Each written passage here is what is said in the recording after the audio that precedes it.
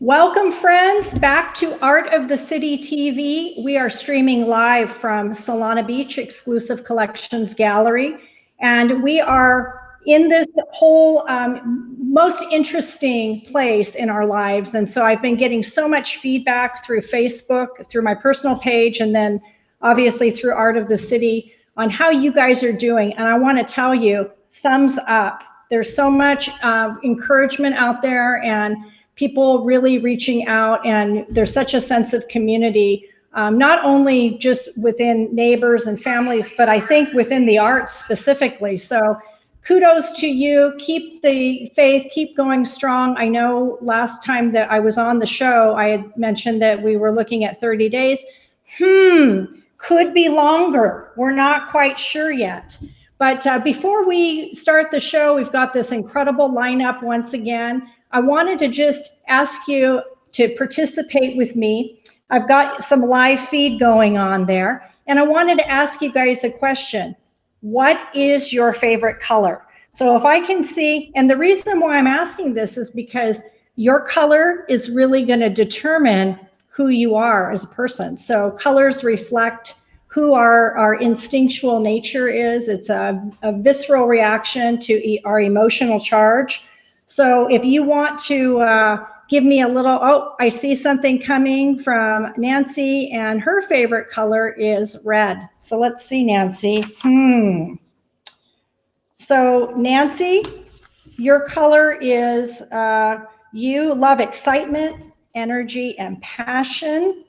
You love speed, strength, power, heat, aggression, little danger, little fire. So you're an intensely passionate person, and you love passion in everything that you do. So that's Nancy. Let's see what we've got here. Eugene says he is a purple guy.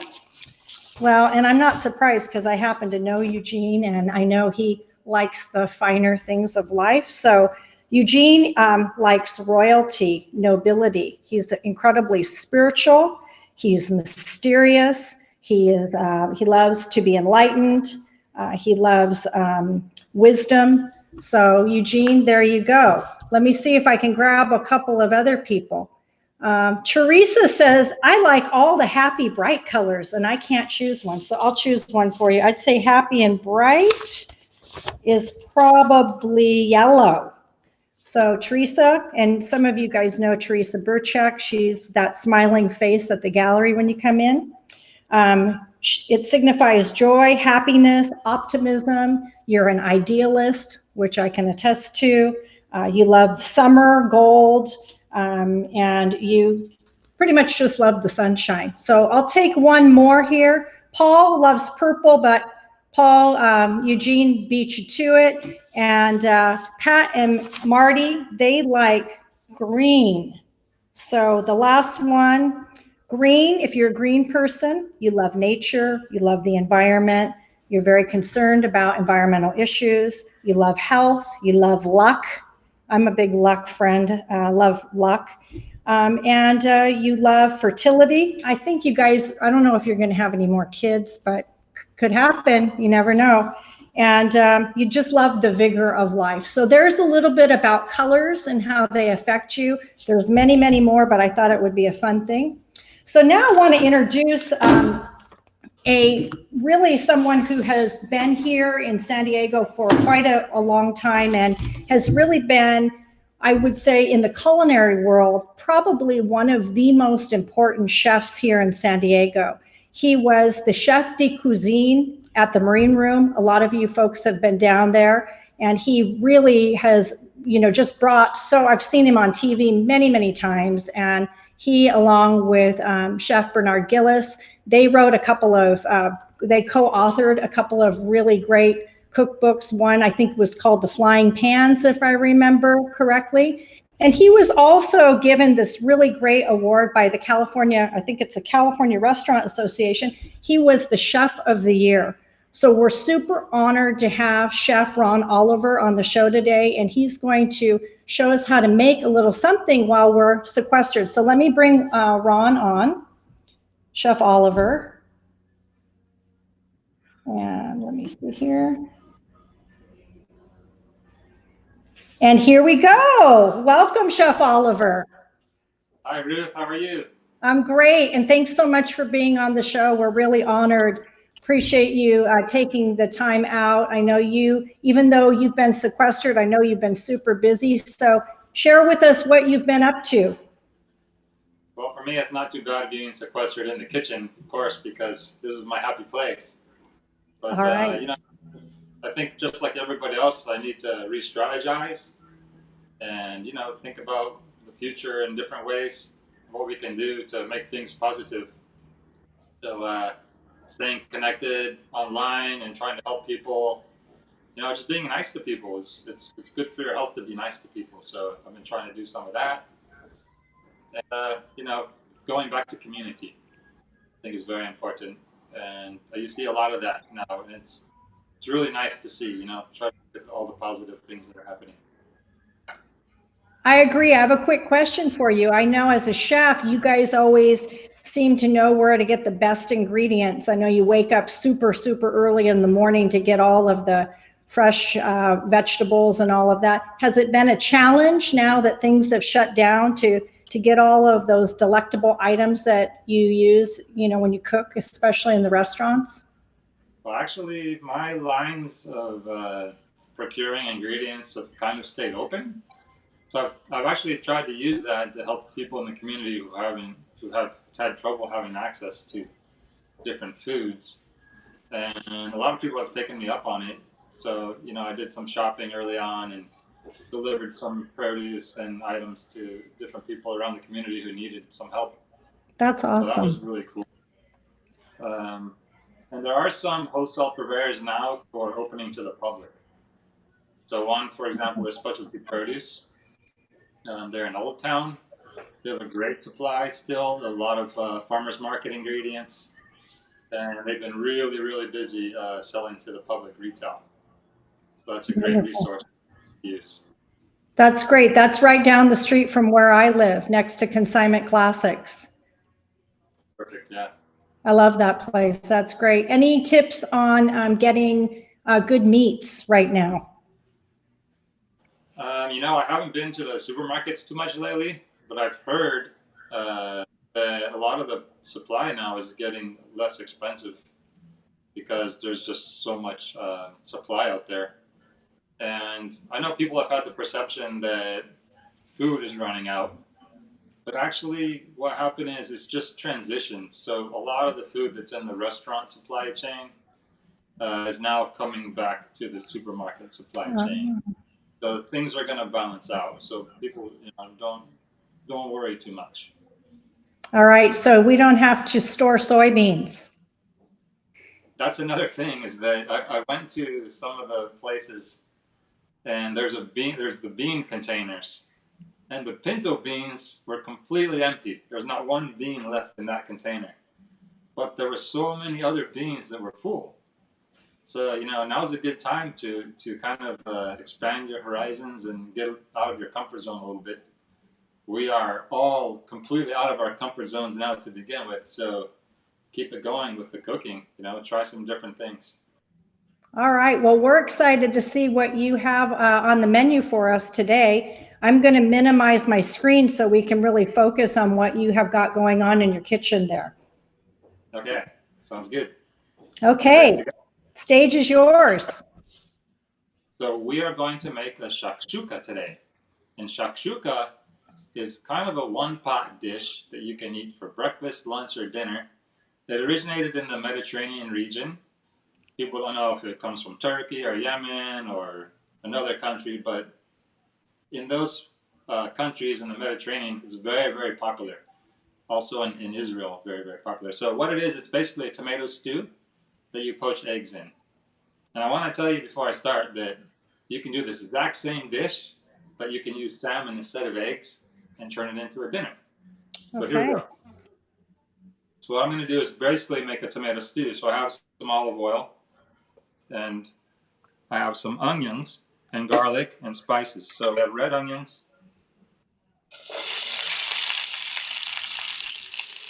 and garlic. Now let's see if you can still hear me over the pan. So what I'm going to do is I'm going to put some cumin seeds in here. And what happens is when you toast the cumin seeds, they get nice and toasty flavor. It looks delicious. So by doing this, what we're doing is we're cooking the onion, we're cooking the garlic, and we're also toasting the spices at the same time. Okay, so what we want to do is just get the onions, I would say, starting to brown. And you can really smell that. Oh man, so the onions start to turn a little sweet, the cumin starts to get a little toasty, and the garlic gets a nice aromatic, so it becomes really like a complex preparation. Then once you do all this, you want to add tomatoes. So these are about 1.5 pounds of tomatoes that are peeled and diced. Now Ruth, I want to ask you. Chef, are you using fresh tomatoes that you've peeled and diced, or are those that from a can? Those are fresh. Now, do you have a tomato peeler at your house? I am the tomato peeler. I'm going to tell you, you can get a really nice tomato peeler at Home Depot. And I'm going to show you. This is how you do a peeled tomato. Okay, great. This is my tomato peeler. You can see that. So all we do to peel the tomato is we basically just torch it. I'll get on this side so you can see. So whoever said they like the color red, this is definitely an instrument for you. Yes. Now, you know what Julia Child said was that every woman should have a blowtorch. Go out there, Home Depot, or what's that other one, Lowe's. Get yourself a nice torch. Okay, so this is how we make a fire roasted tomato. This is a great way to peel the tomato. Once you do that, you can see that the peel just comes right off like this. That's amazing. Okay, and you get a nice kind of a charred flavor to it. Then we'll dice this, and those are the tomatoes that went into this pan. So we want to cook this a little bit, kind of break down the tomatoes. Now, if you don't have a torch like that, another thing that you can do is get some tongs and turn on your stove like this, and basically with your tongs just hold the tomato over the flame so you can accomplish the same thing. If you don't want to do that, then just don't peel them. You have choices. Okay. Okay. Now what I'm going to do here is I'm going to add a little bit of vegetable stock so that we have some liquid in which the eggs will be poached. Now, depending on the juice and the water content of your tomatoes will kind of determine how much stock you add. Okay. So you want a kind of watery so that when the eggs go in, they're going to be cooked. And this is really cool because, as you see, everything just goes into one pot. And you only have one thing to clean at the end. Wow. All right, so turn the heat down a little bit. Now, you could add other ingredients to this. You can add zucchini. You can add yellow squash. You can also, it's often made with meat. Like people add ground lamb and stuff like that. This is a real nice, simple way to do it. So once the liquid comes up to a simmer, we'll add the eggs. And who said that they like the color red? Was that Nancy? Yes. Yeah, Nancy, this dish is for you right here. Now I want to talk about the tomato for a second. This is the tomato that we used. Can you see the color? It is red, but do you see the color of the skin? Yes. It's more like a brown, right? Right. So this is called a Kamacho tomato. And what happens in food is a lot of times the deeper the color, the more nutrients it'll have.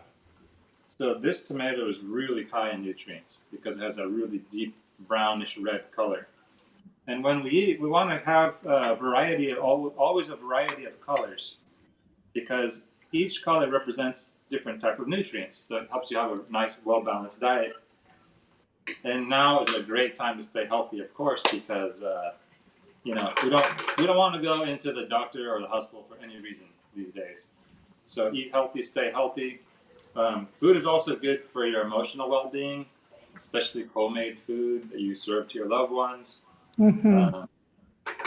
It's good for your body and for your mind. All right, so now that our liquid is kind of coming to a boil, we're gonna put our eggs in there. So what you do is you just crack your egg straight into the liquid, and we're gonna do 4. 1, 2, 3. Did anyone color brown there? We didn't get brown, but I'll tell you what, my mouth is already starting to salivate. I don't know about anybody out there watching, but this is looking pretty tasty. Yes. Now what we're going to do is cover this, and we're gonna cook it until the eggs are ready. And you know what you can do with this is you can serve the eggs to the desired doneness that you prefer. Some people like a runny yolk. Some people like a fully cooked yolk. So it's up to you. And, So if you exchange this for the salmon that you were talking about earlier, is there any particular, is it the same thing you're doing with the eggs? You just put the salmon fillet on there and cook it in the juices? Exactly. So what you would do right into this is just you put the salmon fillet in the same thing, and you cover it, and you cook it to the desired doneness. My grandmother used to do that. She was from Romania. She cooked the salmon in tomatoes. It's so delicious. You can't even believe, and it's so easy to do. That sounds of course, perfect. she would about 3 times more of the garlic that I did, but Yeah. that's what made it tasty. Okay, and so how long will this cook for? Maybe 4 minutes? Yeah, I'd say 4 minutes for a yolk that's on the runny side. Okay. Yeah, you just want to keep looking at it and testing it. Well, while you're cooking that, you have any suggestions of a good wine pairing for that? Well, with me, I would have mezcal, but that's a different story. Right. Yeah, rosé is good with this dish. Okay. Yeah, even a better yet, a bubbly rosé would be delicious, especially Okay. if you're having this for. Yep. Good suggestion. Yeah. Love me some rosé. Support the the winemakers too.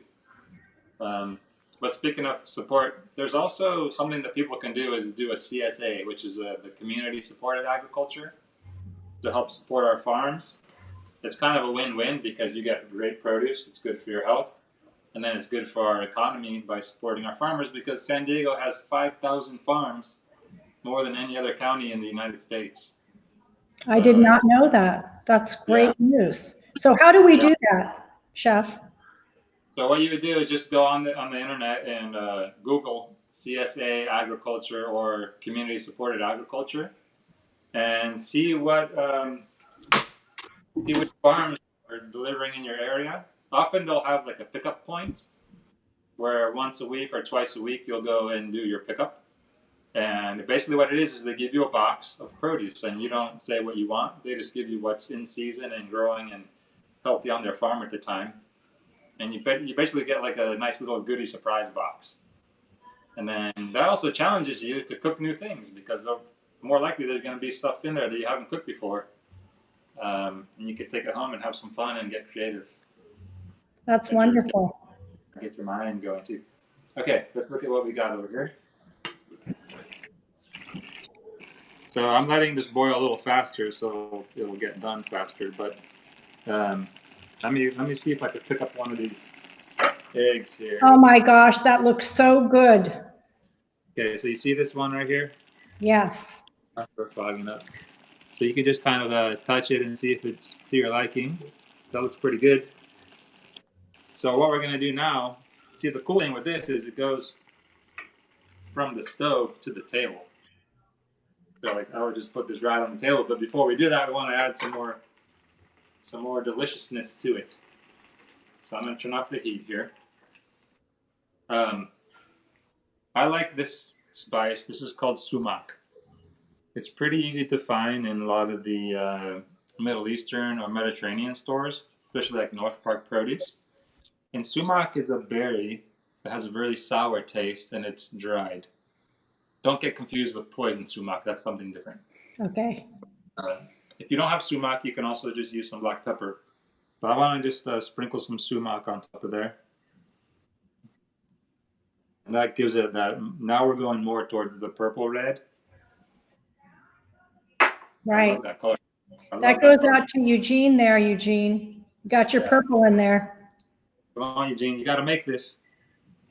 Okay, I'm going to drizzle some olive oil on the top, because what happens is you get that nice fragrance, and this oil now is not going to be cooked.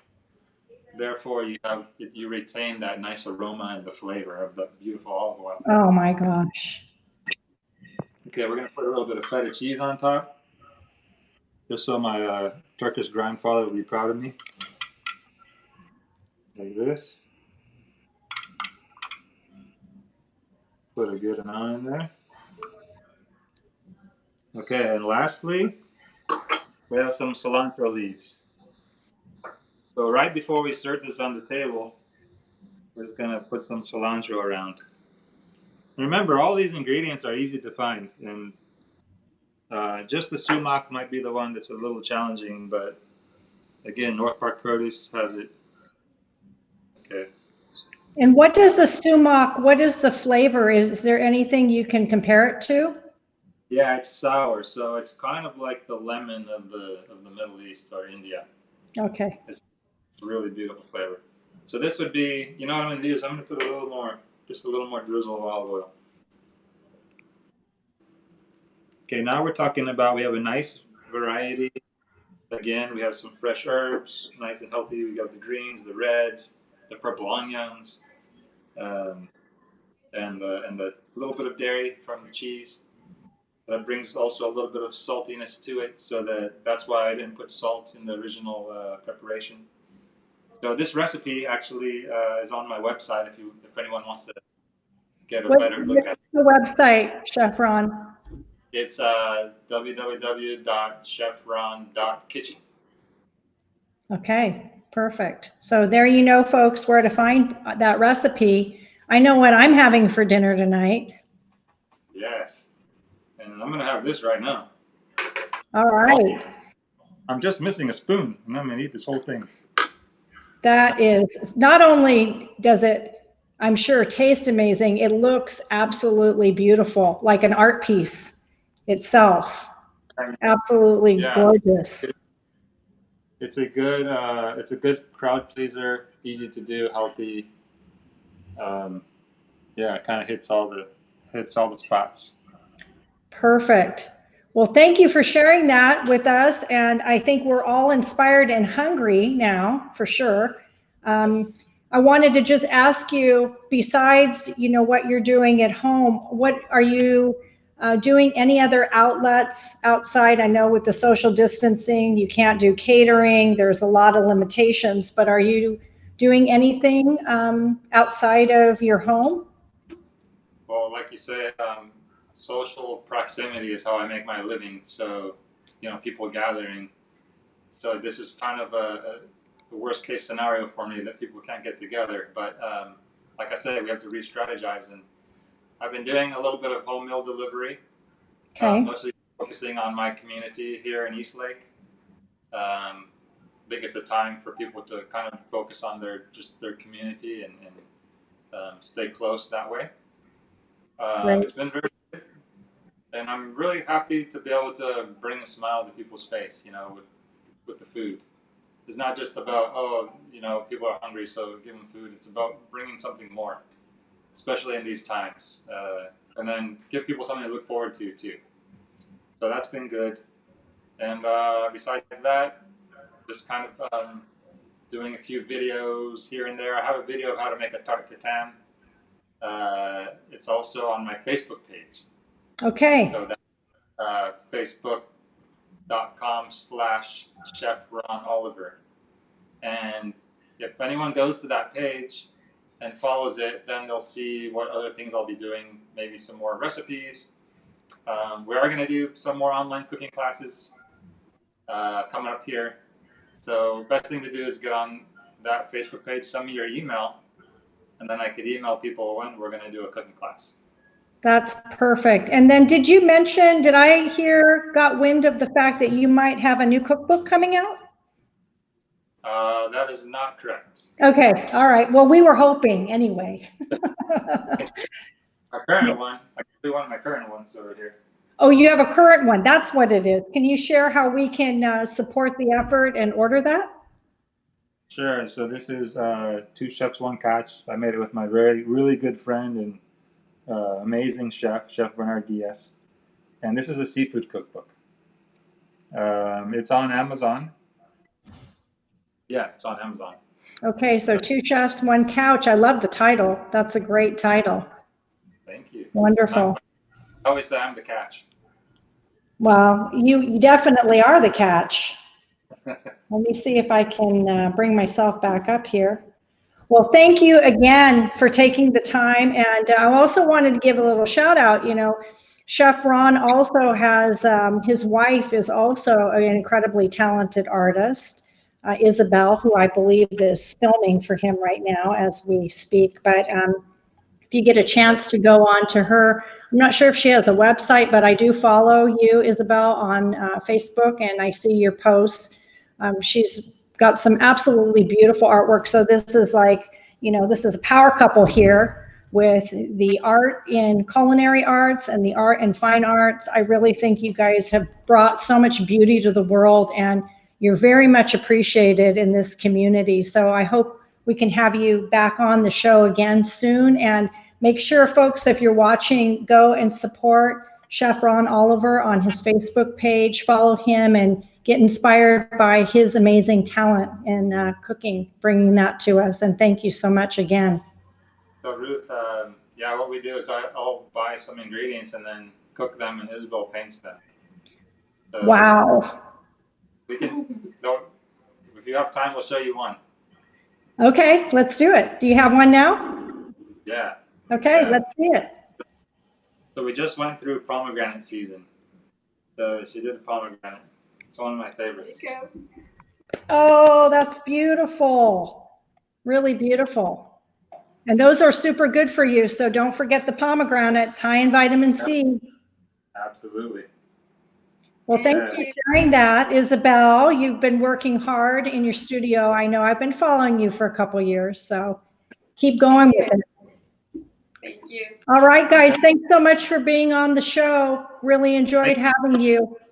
Thank you for everything you're doing, Ruth, to keep the community in touch. Keeping it going, trying to act as the catalyst here between all of the creatives in this community, and hopefully we'll expand as time goes on. But thanks again. You guys are a true blessing to all of us. Thank you so much. We'll see you next time. Okay, bye. Bye-bye. Okay, we're back. So how'd you guys enjoy Chef Oliver? I see the stream coming through and lots of people saying they're getting hungry. So I've got to bring on the next artist before you guys run to your kitchen to figure out how to repeat that recipe, which looked pretty amazing. So we'll have to go get that spice, the sumac. That's on my list next time I go out and get in my combat ready gear to hit the market, which is a whole nother story, which I'm sure some of you have experienced, those super long lines. But our next guest, Danny Ryan, is an absolutely incredible artist. I've known Danny for a very long time, since he got out of art school, and I've been able to watch his career. He is one of those artists that can paint pretty much everything. So I remember when we first started representing him, he was doing these beautiful paintings of sailboats in San Diego Harbor. And then he kind of changed from that subject matter into these really beautiful trees. So a lot of nature. And then in the last few years, he's really become very passionate about animal conservation. So that's been his heart. That's been something that he loves animals. You'll probably meet some of his animals maybe today in his home. But just really supporting a lot of the major foundations that are looking at keeping the endangered species alive. One of those being Gorilla Doctors. For those of you who are not familiar with Gorilla Doctors, go onto their website. They've been responsible for bringing the population from 9 silverback gorillas to, I believe right now, over 300 by bringing in doctors who come in and they tranquilize these huge beasts and then put their lives on the line by, taking blood, making sure if they need antibiotics, fixing their teeth, and then also supporting the whole community around where these animals live, in the Congo, where they'll actually support people to protect these animals from poachers. So it's just an amazing thing. It's something that Danny's been involved with, along with just art from all different species. So I'm going to see if we can get Danny here to go live. And let's see if we can hear him. Can you hear us, Danny? You can't hear us? Okay, hold on. Let's see. I don't have any audio. Okay. Let's see if we can get this to work. You guys have to stay patient with us because sometimes technology does not want to behave. And let me see if I can, I'm going to have to get my technical guy here. Jens, can you see if you can get this? Now you get a little taste of the behind the scenes. Can y'all hear me? Yeah, we can hear you just great. Can everybody hear him?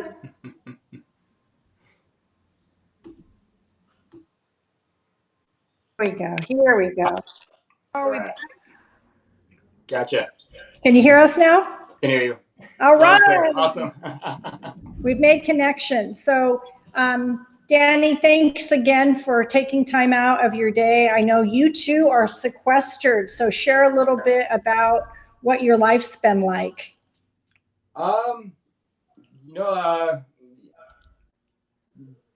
Definitely an interesting time.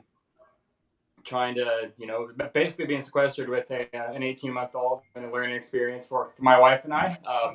It's actually a lot of fun. We sort of take shifts and we both have a lot of work to do. So sort of managing all that has been a good learning experience for both of us. But honestly, I think it's almost time we needed in a way to put a positive silver lining sort of spin on it. I think getting to watch Sawyer grow. Sawyer's my son. Watch him grow, and he's in this very big leap right now. So watching him just discover at least our backyard. Oh, that's awesome. So I'm getting to be part of all of it. Yeah. Yeah, I think we've all just realized. Okay, you lost sound again. Okay, let me see if I can bring your sound back again here. Shoot. This is a little bit frustrating here when this happens. Let me see if I can do this. Any luck? No? Okay, let me get my technical guy again. I think right now we've got so many people on the internet that, no, he can't hear me. I think, it makes in and out, so. Cool. How's that? Thank you. Better? Okay. All right. So I was just sharing that I think we've all really, come to the conclusion that we're going to be doing this for a while. So we're going to have to negotiate that space. So what have you been doing as far as your artwork? Because you had this big show coming up in April. And I know we were super excited about this unveiling. And now, Yeah, before you show us the artwork, though, tell us a little bit about it, because I want to show some of these pieces that we have here in the gallery. Sure, yeah. It's okay. I got a little visitor. Hey, dude. Oh, sorry. Sorry. Oh. Say hello. What a cutie pie. Hi, Sawyer. Hi, Ruth-Ann. So, hey, Lisa. Good. I've early on, decided just to take all this nervous energy and work as hard as I could in the studio, and and make, just keep the show going, regardless of it hanging on a gallery wall or, purely digital for a while or what have you. I mean, I had to get the work out, so I think art is bye. Sorry. That's okay. Art for me is not only something I do, obviously professionally, but it's also a source of sanity. So, it sort of allows me to just get in here and not pay attention to all the articles and everything that's going on and just zero in on on creating. And I think that there's something very powerful in that. Yeah. Some of the work I have been working on this Zodiac show, working on sort of some of these astrological signs,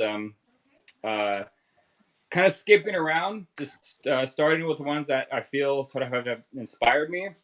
I have one on Virgo right now. The Virgo is a sign that's often been equated to the Mother Earth, or the Earth Goddess. And one of the symbols of the Earth Goddess is the waning moons. You see, I have the two crescents and then the whole moon. So there's the Virgin, the Mother, and they say the crone. And then the dove is sort of the peacemaker, a very sort of universal character for sort of the peace of Earth. I think it's interesting. This piece actually was on my mind this morning when the UN is asking for a global ceasefire during this what we're going through. So very interesting. I love that. Danny, next could I ask you to... Taurus. Oh, I don't know if you can hear me. Go ahead. Can you hear me? Oh, sorry. 1 second. I lost audio again. Oh, boy. Okay. Let's see here. Let me see if I can bring you back. Can you folks hear Danny? We'll see if someone can text in and let us know if you're still being able to be heard. And then I'll see if I can get this back online. Hold on. Let's see. Yeah, I'm not seeing how I'm able to do this, but let me see if I can get Jens back. Can you try one more time? It's going in and out, unfortunately. Hang in there, folks. Apologize again. Is he on his Wi-Fi? You may want to jump to the Yeah, server there, let's see if we can his get him. signal's kind of bad. All right. That's all you want to do. You back? Back. Awesome. Okay. Wow, those paintings are incredible. Could you do me a favor and just kind of bring them back from the camera a little bit so we can get a little bit more of a distance view, because I want the viewers to really be able to see how much work you've put in. This is a sneak peek, folks, of the new Zodiac series. Oh, so easy. Amazing. Absolutely amazing. So Thank far you. you've done Taurus and Virgo, And correct? Virgo and then Taurus on the easel here, and then there's a bit of Scorpio here, Wow. and then all the way down. Currently working on Pisces. Oh my Here. gosh. That is amazing. And I lost audio again. Oh geez. Okay, let me see if Jens has taught me how to do this. Where do I click on, Jens? Settings and then go to microphone and switch it to internal. Can you show me? I don't know how to do it. Sorry, folks. We're gonna fix this. It looks like you got an extra stream going. Okay, let's see. And then just toggle it. I think he needs to jump on How's that? his Wi-Fi or something. Are you back? Vice versa. Still not. Yeah, still no audio. Okay. Well, I'm going to just go through and I'm going to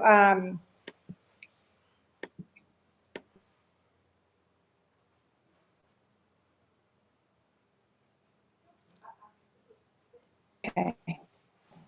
What I'm going to do, folks, is while Danny is working on trying to get this connected, and maybe you can text him and have him go on to the Wi-Fi. I'll have him come off.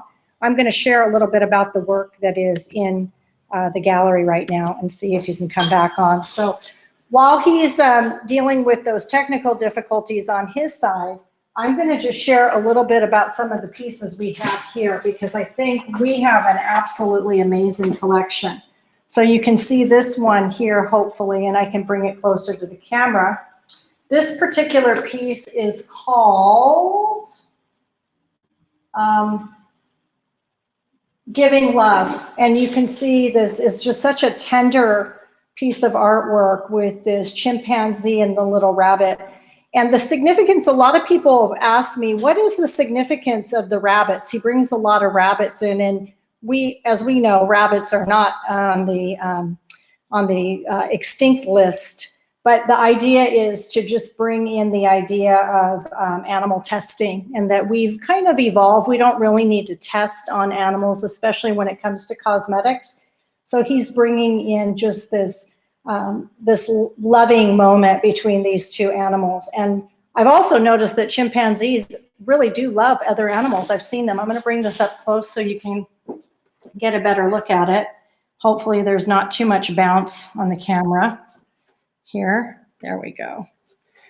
But I want to bring it in close because what Danny is known for is a technique called pointillism, or stippling can be another one. But these little tiny dots, it's very, very, I'd say, technical type of artwork, including also these stencils that are behind. Let me see if I can get him back on. Can you hear me? All right, we brought him back alive here. Let's see if we can bring him in. Okay. All right. So I'm going to go through a few of these, and then we'll go back to your Zodiac, and we'll hope that we keep you on. You look a lot better. You're not as pixelated, so maybe we fix the problem. Also, this is a really beautiful piece and inspired kind of by a Native American pattern. You want to share a little bit about this piece?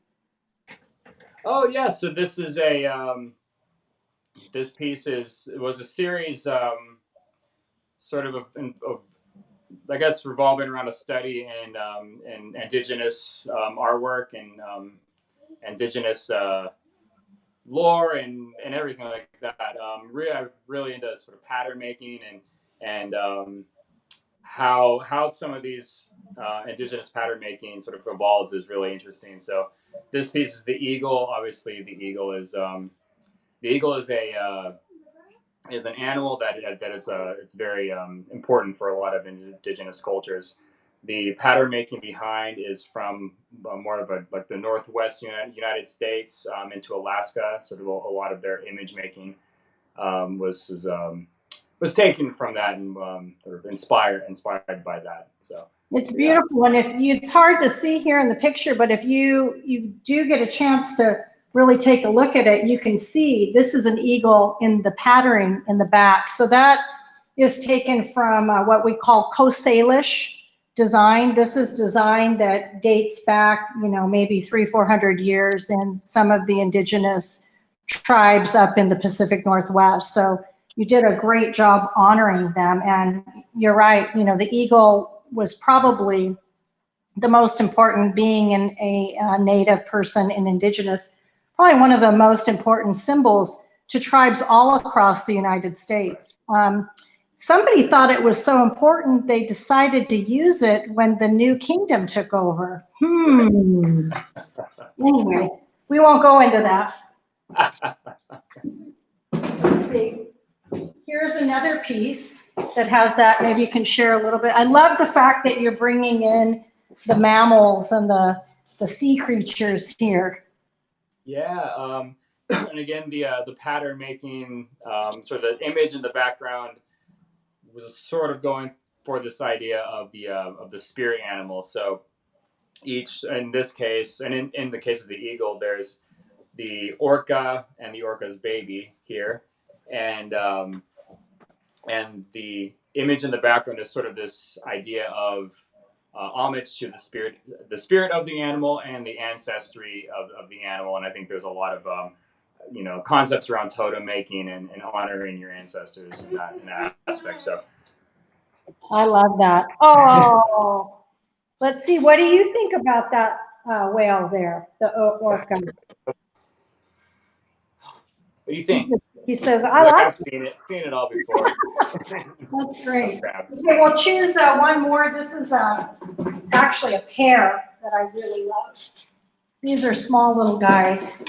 These right here, by the way, would make a wonderful little pair if you have one of those spots in your home where you don't have a lot of room. So maybe share these with us, Danny. So yeah, from our last miniature show, I wanted to do something. So just this idea of I guess sort of a relaxing swim kind of, but also sort of this idea of treading water. I think I know it's kind of twofold, but maybe painted in a time where I felt like I was treading a little bit of water myself. So and hey, that comes up now, right? Where we all feel like we're sort of just here, just trying to stay afloat. That's it. But I think they're fun pieces. They kind of remind me of those sort of old kind of like summer camp kind of images. I could almost see like a cabin in the background and things like that. So wanted it to be, sort of have that feeling of that. So yeah, the fun. I love it. Those are fabulous. So, your work has really, there's collectors here streaming through that have really enjoyed collecting your work and seeing how you've progressed as an artist. So it's pretty exciting. Let's go back to those zodiacs and get one more look at them, if you don't mind. Let's switch over here.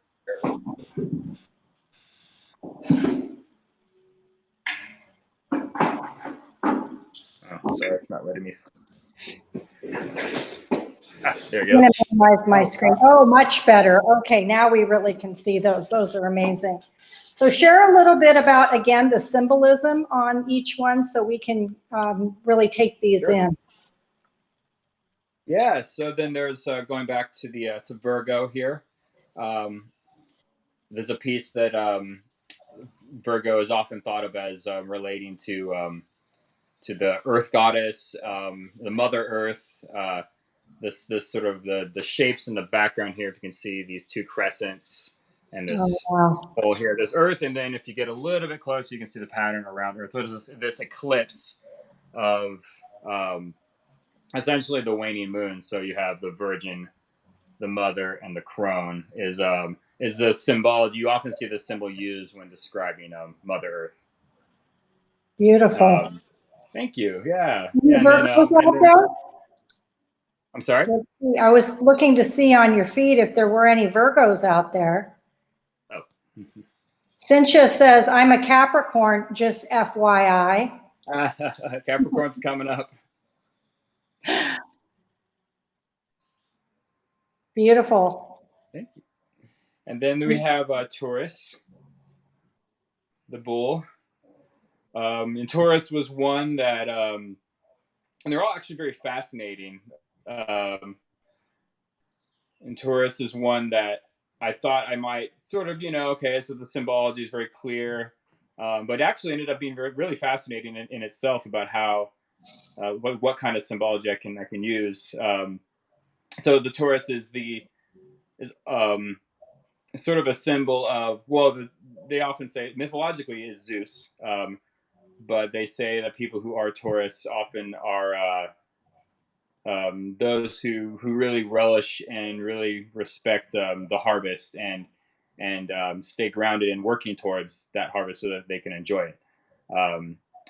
The color or the flower of the Taurus is the poppy, so I added that in for a little bit of red, and then I wanted these sort of viney, almost spherical sort of entanglement that's very sort of grounded, almost earth-like, creating the sort of gravitational pull, keeping all of these sort of the plant symbology and images of the poppies sort of grounded into one center spot. So So enjoying the harvest, but staying grounded in the search of the harvest, or in the work towards that. So Beautiful. and in the I'm not a Taurus, but I would definitely want to own one of those, especially, if you decide you're going to do a limited edition print series. I think I love that just for the image. It's beautiful. thank you. And then on to Scorpio. Scorpio is my son's sign, so it was a fun to kind of get into that. One that you start researching these and really looking into these signs and sort of digging more and more. And at first, Scorpio is very sort of, people. I think people are almost afraid of Scorpio in a way as a sign in the beginning, but as you dig deeper, it's actually really interesting, and it's a really fun sign. It was really fun to create the image for sure. Scorpio is the mythological story was the scorpion that Orion asked to be made. He asked Mother Earth to make him a scorpion. The scorpion ended up stinging Orion and killing him. So interesting, but these ideas of the Scorpio knowing what they want and really going after that and not being afraid of the conflict that may get in between them and what they want. So he's holding the earth. I feel like Scorpios really have sort of command over who they are and where they come from. So he's holding the planet, and he's wading through rough seas, which they're also known to not be afraid to really get in there and take on conflict. That's incredible. Absolutely incredible. I love it. And I love the design in the background with the sun rays coming. Yeah, and he's so holding nice Earth. contrast. Thank you. Yeah, he's actually holding Earth basically in the basic area, relative area where the Earth would be positioned to the sun during the time, I think it's late October into November. So that's kind of where the Earth is positioned. So yeah, how it's facing the sun and everything. Amazing. Yeah. So which sign's next? Then we have one on the table. One more. Okay. That's right. Pisces. Pisces. Yeah. So a fun one to make. Trying to keep the image a little bit more centered and just sort of simple in the middle, but you can see some of the detail in I decided to go koi fish, because I feel like sort of Pisces is mythologically represents Aphrodite, and who else? The little Cupid guy, Eros. So Aphrodite and Eros. So there is, the Pisces sort of being very passionate and loving and really wanting to create these relationships, and the symbology of Pisces of these sort of almost yin and yang fish, if you will. The colors are aquamarine. It's a water sign, so this water lily is trying to really represent that. Water lily happens to be the flower as well. And I think Pisces isn't the birthstone aquamarine, because my daughter is Pisces. Yes, exactly. Yep. Oh, I love that. So bringing some of these colors in, and then really sort of making this sort of be a central point that they're sort of surrounding this image. So, and then the koi's, kind of going, okay, it's Pisces is a fish. You start there, but what kind of fish? The koi just made sense because they are so prized, and people, I think they tend to be on the forefront of people's minds, and a lot of different cultures as far as it's true. As far as how they're sort of collected and where they come from mythologically, how they're sort of the gatekeepers of Earth, of I should say our realm and another realm. So I thought that was an interesting image to use. Yeah. And they live a really long time. I used to have some friends who had them, and I had no idea that they can range up to the hundreds of thousands of dollars for one fish. And they can live longer than parrots. So they're considered, like you said, almost the fish of the gods, if you will, because of their almost immortality in a lot of cultures. I think that is Isabella. For those of you who know my daughter, she asked She said, "Is he going to do a Pisces, Mom? I really want the Pisces." So maybe I'll buy her one of the prints. Those are amazing. So which one's on the horizon next?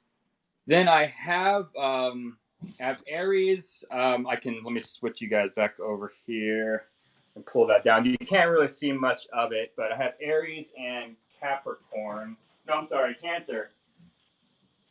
Not a lot going on with Aries quite yet, but it's in the works. There'll be a lot of gold leafing with this one, so I'll try to post some work in progress with this guy because it's going to be fun for me to get into some gold leaf on this guy. So yeah. Nice that you said that, because it really is time consuming, your approach to painting, because there's so many layers involved in your actual technique of what you do. Yeah, and then really with these concepts, taking all this information in and trying to lay it out and putting as much information that does each piece justice on its own, while making it or if there's visually appealing, takes some time, deciding what goes in, what goes out. I'm doing a lot of multi-layer masks, especially with Pisces was four layers just to get the flower, so that all takes hand cutting. So laying it down, cutting out what's exposed, putting the color down, and doing that 4 times to get each shade, each color, was something that actually, with going back to being sequestered, has actually given me a little bit of time to really noodle, as I say, and really get into putting more detail and really focusing on how these images and go together, which is good for the show because it's very time consuming. They look amazing, and I feel like you're taking with this idea, that we all have our own zodiac signs. You're taking your art and you're making it incredibly personal to each one of us. Which I love. I can't wait till you do Sagittarius, because I happen to think Sagittarius is the most important sign. I know you happen to be Sagittarius. Exactly. That's been the one I keep going back to the drawing board. I think it's because it's so personal. I keep going, no, that's not right. No, that's not right. No, so it'll get there though. I'm excited to do it. But yeah. That's great. Well, any tips you're a father, any tips you want to add for those of you out there who have toddlers? Any tips on how you keep them occupied? We a lot of games. We gotta get up in the morning. We get breakfast in them, hopefully, instead of throwing across the room. And then we just go out. We hang out in the backyard. My wife and I, again, we take shifts. So she's a school teacher. She has to get up and make sure everything's okay. She gets online with some of her students, and then I take them for maybe 3 or 4 hours, and then we switch. And I'm usually in here mostly in the afternoons and the evenings in the studio. But yeah, it's actually been a lot of fun because we were fortunate enough to have some space. We have a larger backyard that we can run around in, and we do take some walks through the neighborhood. We stay close, but we are getting out a little bit. And yeah, any advice I could say is just don't be afraid of the mess either. I've just had to let that go. This is how we exist right now. It's okay. He's exploring, and it's a lot of fun once you just let him go. Today he was, I was pulling some weeds in the backyard, and he was just playing in the mud from the sprinklers. I just let him go. You go for it, man. And he had a ball, and it was fun to watch him just discover what he's discovering. So yeah. What a great attitude you have about this, and I think we all can take a page out of your book as far as you're making the best of it, and really taking the opportunity to connect with your son. And good for you. You're not looking at it as being a burden, but as a blessing. So that's amazing, and thank you for that word. Absolutely. Yeah. So I'm going to bring myself back on here if I can. Let's see. We're getting a hang of technology. So for any of you who are interested in these original paintings, you can reach out to us if you're working with another gallery that represents Danny's work. you can reach out to them. These are, you're seeing the, I mean, this is something that was going to be unveiled at our gallery here at the end of April. And so you're getting to see the process, which is something you probably wouldn't have been able to see. You know, again, another opportunity that this lockdown has brought to all of us. But if you're interested in the paintings, we'll have more information. Just, you know, private message me or your consultants. But as far as the limited edition prints, we do plan on doing an edition series of each one of these. The size of them, what's the size of the original? The originals are all 18 by 24. Okay, so we will print them to the image of the originals. And I would imagine that, you know, if you want to pre-order one, you can see the ones, or you want to wait, either way, just again, contact us and we'll be able to get you more information. But these are going to be really, really great pieces. I'm super excited. So thank you, Danny, for your amazing talent. Oh, thank you for your kind words. I appreciate that. And anything anybody wants to add? I've got people saying, "Oh yes, I want to get Scorpio, and I want to see him framed." So we'll definitely be getting back to you folks. Just art@ecgallery.com, and we'll answer all of your questions. Thank you for being on the show, Danny. You're amazing, and we'll look forward to seeing the other ones. So we'll plan on having you back on as you create the new Zodiac. So thanks again. Yeah, I'm excited to be. Awesome. All right. Have a good day. Enjoy that sunshine. Take care, everybody. Okay. Bye-bye. Okay, folks. Well, that's it for today, Art of the City. Join us Friday, same time, same place, 1 p.m. We're going to go all the way to Santa Fe, New Mexico to meet an artist, George Rivera, who is a Native American sculptor. And he's also going to link us up, and we'll cross our fingers. I don't know how the Wi-Fi is out there. They live a little bit further out in the Pueblo area of Santa Fe, where we're going to see a live hoop dancer. So if you've never seen hoop dancers before, this is an incredible opportunity to see this native culture that's been kept going for literally hundreds of years. So that's an exciting thing. So again, share this please on your Facebook page. We are posting this on our YouTube channel, Art of the City TV.